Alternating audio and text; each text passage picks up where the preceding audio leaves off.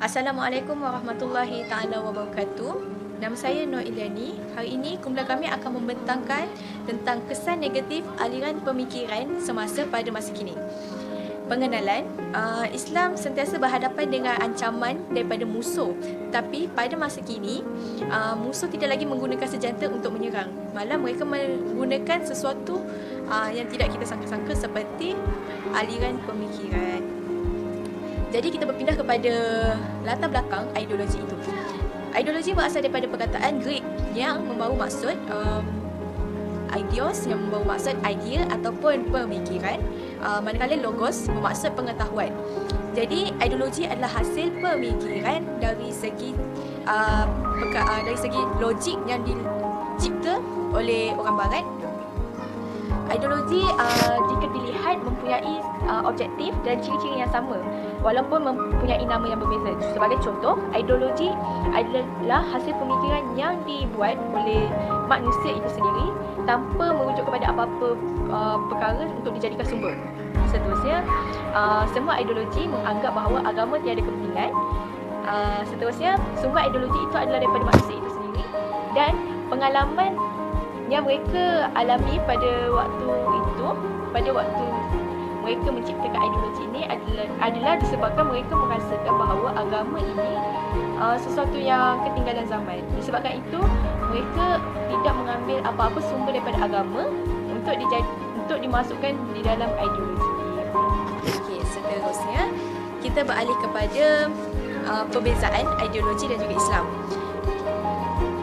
Agama Islam melihat daripada sudut yang merujuk kepada Al-Quran dan As-Sunnah. Sebagai contoh, apa-apa perkara kita akan jadikan Al-Quran dan As-Sunnah sebagai petunjuk. Selain itu, Islam juga menerapkan nilai-nilai murni. Seperti yang kita tahu, setiap agama menerapkan nilai-nilai murni. Jadi, Islam merujuk kepada nilai-nilai murni yang telah ditetapkan berpandukan dengan Al-Quran dan As-Sunnah. Seterusnya, Islam melihat kepada dua unsur iaitu jasad dan juga rohani, manakala ideologi hanya melihat kepada satu unsur iaitu jasad semata. Mereka tidak menekankan tentang rohani kerana bagi mereka jasad sahaja yang perlu digembirakan. Okay?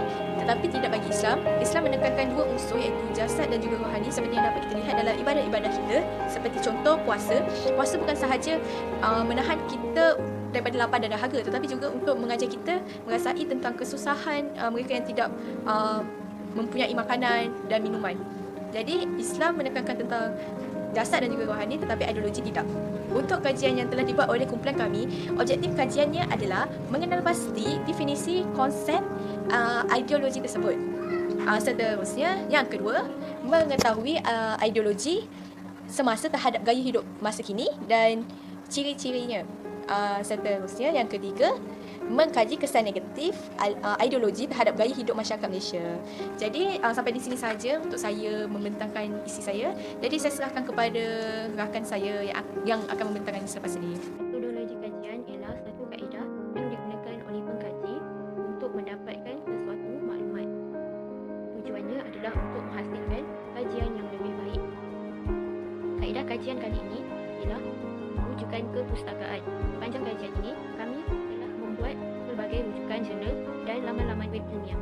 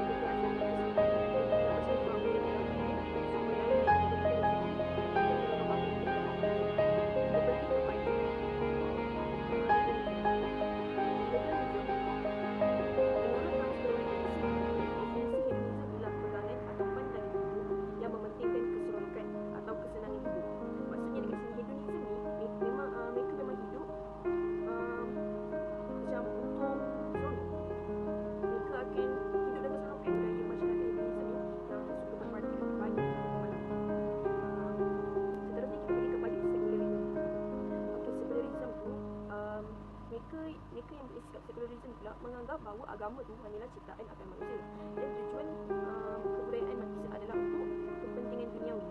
Bagi mereka, agama tidak perlu dihapuskan langsung, tapi nilai dan sifatnya adalah kebangsaan dan ini boleh berubah-ubah.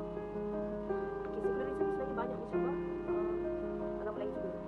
Contoh sekularisme adalah berlakunya pergaduhan disebabkan isu-isu kecil seperti berbagi dunia, penyalahgunaan serta dan peluang juga untuk kepentingan diri atau masyarakat lain selain daripada kepentingan Islam dan ada pun dilakukan segolongan Islam yang berbangsa dan memanfaatkan konsep belajar dengan manfaat sosial media. Itu adalah contoh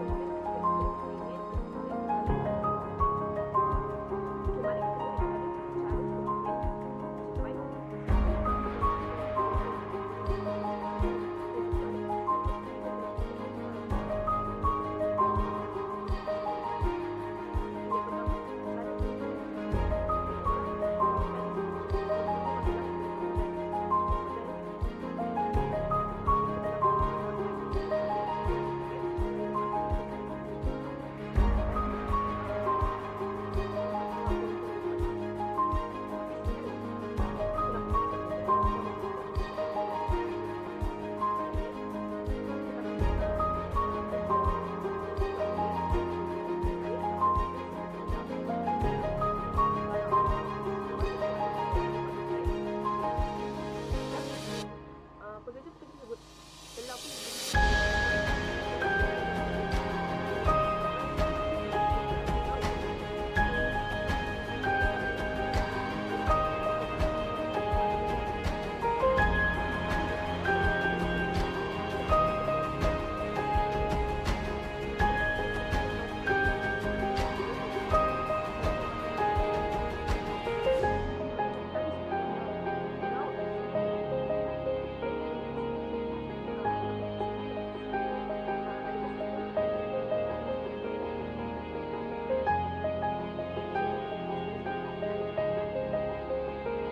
Seterusnya, saya akan menerangkan objektif yang kedua, iaitu aliran pemikiran semasa terhadap gaya hidup masa kini dan ciri-cirinya.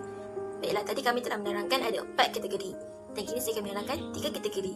Yang pertama ialah liberalism. Liberalism dari segi perspektif teologi ialah liberal berfikir untuk bebas daripada kepercayaan tradisi, dan mereka berfikir bahawa kepercayaan tradisi ini perlu diubah kerana tidak lagi sesuai dengan pemikiran moden. Dari sudut politik pula, liberalisme ialah pemikiran pusat pada individu yang dianggap sebagai memiliki hak dalam pemerintahan, termasuk persamaan hak yang dihormati, hak berekspresi dan bertindak serta bebas daripada ikatan agama dan ideologi. Dalam konteks sosial pula, liberalisme diertikan sebagai suatu etika sosial yang membela kebebasan liberty dan persamaan equality secara umum. Maka, liberal dari perspektif agama pula ialah pemikiran yang cuba membebaskan Islam daripada sebarang ikatan syarak dan dengan cara mentafsir, mengolah atau menafikan apa-apa saja dalil syarak agar bersesuaian dengan perfikiran dan dengan pemikiran serta berteraskan falsafah barat. Maka saya akan tunjukkan beberapa ciri-ciri liberalisme. Yang pertama ialah berasaskan pemikiran rasionalisme dan sekularisme, iaitu pemikiran mereka ini secara terang-terangan bahawa mereka mendakwa yang syariat Islam ialah tidak lagi sesuai dan ditolak untuk mengatur kehidupan manusia hari ini.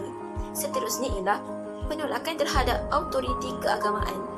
Pemikir liberalisme menolak religious authoritarianism untuk mengelak kesan negatif umat Islam yang terlalu rigid sehingga tidak boleh memberikan kebebasan kepada penganutnya dalam melontarkan pandangan. Baiklah, saya akan teruskan kepada yang kedua, iaitu sekularisme. Sekularisme iaitu daripada bahasa Latin yang bermaksud secular ataupun secular, yang mempunyai banyak dan luar pengertiannya dan juga perkataan religion.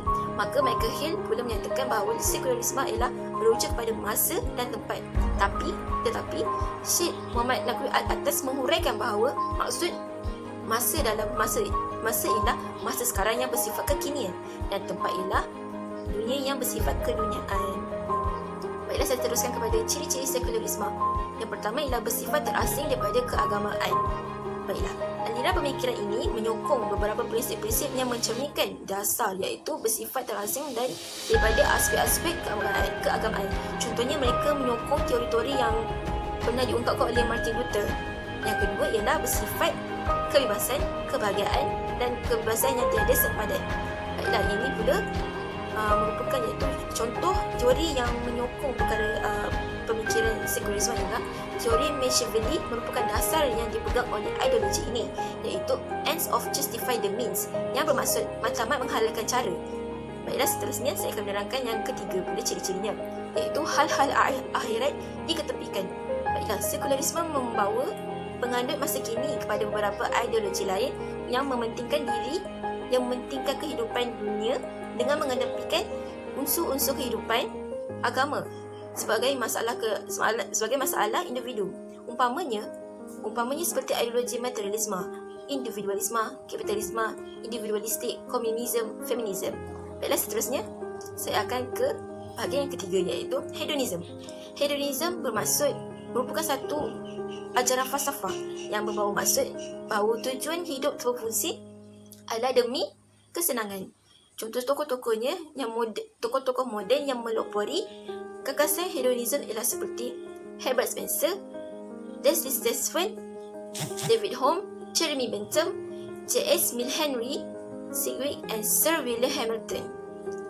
Ciri seterusnya, ciri-ciri hedonisme. Baiklah, ciri-ciri hedonisme ada 3. Yang pertama ialah melalui slogan pemodenan, kemajuan dan pembangunan. Proses pemodenan dan pengeropahan ialah yang mengekalkan kesinambungan cengkaman pengaruh barat, dan ini menunjukkan nilai-nilai tamadun barat dijadikan ukuran sejagat ke atas tanah-tanah jajahan. Dalam masa yang sama turut berlaku pemaksaan ideologi, nilai pegangan agama, nilai pegangan amalan dan gaya hidup barat.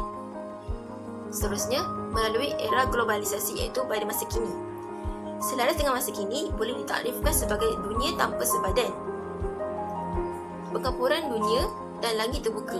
Faktor berlakunya globalisasi ini ialah ledakan teknologi, maklumat dan telekomunikasi yang terkini, canggih dan tinggi. Jadi, baiklah, maka Barat menggunakan ini untuk memindahkan nilai-nilai mereka dalam bidang falsafah, pemikiran ekonomi, kapitalis dan kebudayaan hedonisme, iaitu pegangan hidup mementingkan keseronokan secara serentak. Yang ketiga ialah peranan media massa. Media massa telah membawa satu budaya baru dalam masyarakat, terutamanya kepada generasi muda, iaitu generasi muda pada masa kini. Budaya ini telah diolah daripada media yang saban hari mengambil tempat ibu bapa sebagai satu tempelan kepada pembentukan peribadi. Baiklah, sekian, terima kasih. Kesan aliran pemikiran dalam isu semasa di Malaysia. Aliran pemikiran seperti sekularisme, hedonisme maupun kapitalisme banyak mempengaruhi gaya hidup Malaysia masa kini. Masyarakat Malaysia majoritinya adalah bermasyarakat Muslim, dan aliran-aliran pemikiran luar seperti Barat banyak mempengaruhi gaya kehidupan. Aliran-aliran pemikiran ini mempengaruhi kehidupan dari aspek sosial, ekonomi, politik, akhlak dan lain-lain lagi. Kesan negatif terhadap akidah. Antara ideologi luar yang memisungkan akidah umat Islam adalah sekularisme. Antaranya sekularisme. Pemikiran ini memisahkan urusan keduniaan daripada agama. Peranan Tuhan disisihkan, halal dan haram diendahkan, serta apa sahaja yang memberi kepuasan dikira baik dan berfaedah. Ciri-ciri sekularisme ini sudah terang lagi bersuluh bertentangan dengan ajaran Islam. Dengan menyisihkan Tuhan, manusia dijadikan dewa dan dipuja. Rakyat memandang golongan yang berkepentingan tinggi sebagai golongan yang suci dan perlu disanjung. Dan mereka dijadikan sebagai tempat meminta-minta, sedangkan hanya Allah pencipta kita seharusnya menjadi satu-satunya sumber manusia dalam meminta-minta. Sebagaimana firman Allah dalam surah Al-An'am yang bermaksud, Katakanlah, sesungguhnya sembahyangku, ibadatku, hidupku dan matiku hanyalah untuk Tuhan yang memelihara dan mentadbirkan sekalian alam. Seterusnya, kesan terhadap politik. Pemimpin yang mengamalkan ideologi luar seperti kapitalisme boleh menindas rakyat. Itu merupakan ideologi yang diamalkan oleh mereka iaitu ideologi kapitalisme. Sebagai contoh, dalam mendapatkan kepentingan untuk diri sendiri, mereka berpendapat boleh menggunakan orang bawahan dalam mencapai keuntungan untuk diri sendiri tanpa memikirkan kepayahan orang bawahan. Selain itu, kesan negatif aliran pemikiran luar terhadap politik di negara kita menyebabkan fahaman rakyat tidak sehaluan dengan dasar negara. Apabila rakyat terdedah dengan ideologi pemimpin luar, ianya menunjukkan fahaman politik rakyat tidak sehaluan dengan dasar negara. Bahkan, kerana ideologi yang berbeza, ada rakyat yang sanggup menentang kerajaan untuk mencapai ideologi yang diamalkan. Ketidaksefahaman ini telah menyukarkan kerajaan dalam mentadbir sesebuah negara. Kesan terhadap ekonomi di negara kita. Aliran pemikiran luar yang mempengaruhi ekonomi masyarakat Malaysia antaranya adalah kapitalisme. Kapitalisme ini konsepnya mengamalkan riba dan membenarkan individu memonopoli kesemua produksi atau hasil yang dicapainya tanpa memikirkan tentang hak orang lain. Pendedahan kepada ideologi luar tentang sosial telah mempengaruhi rakyat Malaysia. Antara ideologi luar yang berkaitan dalam mempengaruhi sosial di negara kita adalah hedonisme. Hedonisme mengikut kajian ilmuwan membawa maksud kesenangan, keseronokan, kenikmatan, keberuntungan dan kebahagiaan. Ianya boleh dikatakan satu perkara yang mendatangkan faedah kepada pengamal ideologi hedonisme ini tanpa perlu memikirkan kesan dan akibat terhadap diri, masyarakat maupun negara. Dalam hedonisme, tidak kira perkara itu baik ataupun buruk, sekiranya ia menyenangkan, maka ia dibolehkan. Untuk mengatasi aliran pemikiran sekularisme. Yang pertama, mempunyai pegangan agama yang kuat seperti yang terkandung di dalam Al-Quran dan As-Sunnah. Firman Allah SWT dalam surah Al-Baqarah ayat 38 yang bermaksud, wahai orang-orang yang beriman, masuklah kamu ke dalam Islam secara menyeluruh dan janganlah ikuti langkah-langkah syaitan, kerana sesungguhnya syaitan itu adalah musuh yang nyata bagi kamu. Cadangan yang seterusnya ialah para ilmuwan dan golongan-golongan yang berpengetahuan tinggi tentang agama perlulah mengadakan kelas-kelas atau menggunakan medium-medium yang ada sekarang untuk memberitahu kepada masyarakat tentang bahayanya pemikiran sekularisme. Untuk liberalisme, cadangannya yang pertama ialah berpegang kuat kepada ajaran Islam. Yang kedua, umat Islam perlu mengikut persefahaman para jumhur ulama. Seterusnya, cadangan mengatasi aliran pemikiran hedonisme. Yang pertama, pendidikan Islam. Pendidikan Islam mampu membentuk budaya dan nilai dalam kepribadian manusia. Yang kedua, penerapan nilai-nilai kerohanian dalam jiwa remaja supaya mereka dapat berhibur dan berseronok di landasan yang betul. Itu sahaja daripada kami. Sekian, terima kasih.